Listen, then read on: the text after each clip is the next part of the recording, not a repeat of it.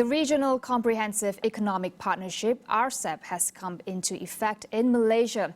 Covering ASEAN and 5 of its regional partners, the agreement has been described as a game changer with its potential to strengthen regional integration across trade in goods, investment and e-commerce. However, to what extent will RCEP contribute to the country's overall trade and growth prospects? Jaideep Singh from REFSA weighs in. If we look at kind of trade in Malaysia and ASEAN more broadly, tariffs in the region are low to begin with, especially for goods that are heavily traded like electronics and the E&E sector. This is because the ASEAN countries are already part of a big ecosystem of free trade agreements, and we have seen in the past few decades most of the tariff cuts have already taken place. There isn't really much scope for further tariff reductions. According to Jaideep, RCEP will only result in another 4% of products being subject to tariff cuts. Meanwhile, for non-tariff measures, which are policies apart from tariff that can potentially reduce trade, such as quotas and health standards, Jaideep said RCEP does little to assist.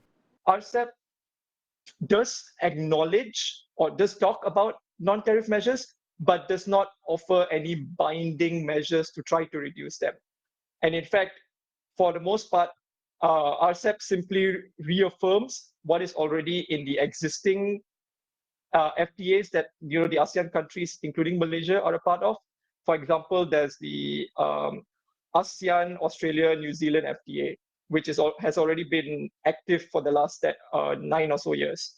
And what RCEP does is it simply says we acknowledge, the efforts that have been made, and we are just reaffirming existing rules.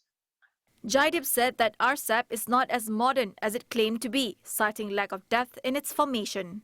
Other critical issues like environmental standards, labor standards are not addressed at all in this agreement.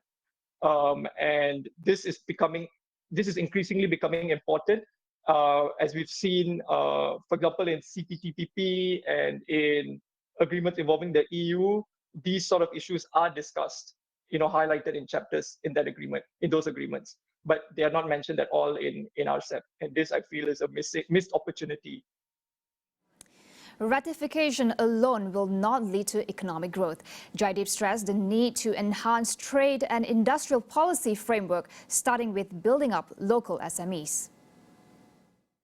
Local policy must address critical problems that SMEs face, such as lack of access to digitalization, 4IR initiatives, lack of access to credit, and also limited scope to access export markets in the first place.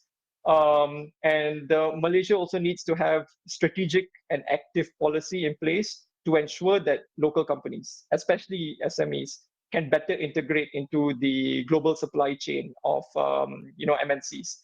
There must be an encouragement of joint ventures and collaboration between local companies and MNCs so that they can engage in learning by doing, technology transfer, R&D. These are all key components, because the challenge at the moment is that we have a lot of FDI, but it's often just seen as an end rather than a means to higher value addition. So what is needed is for us to try to reap the benefits of FDI spillover, and this can only be done if there is if there are linkages between local businesses and MNCs, so that eventually these local businesses will not only be able to complement MNCs but even compete with them.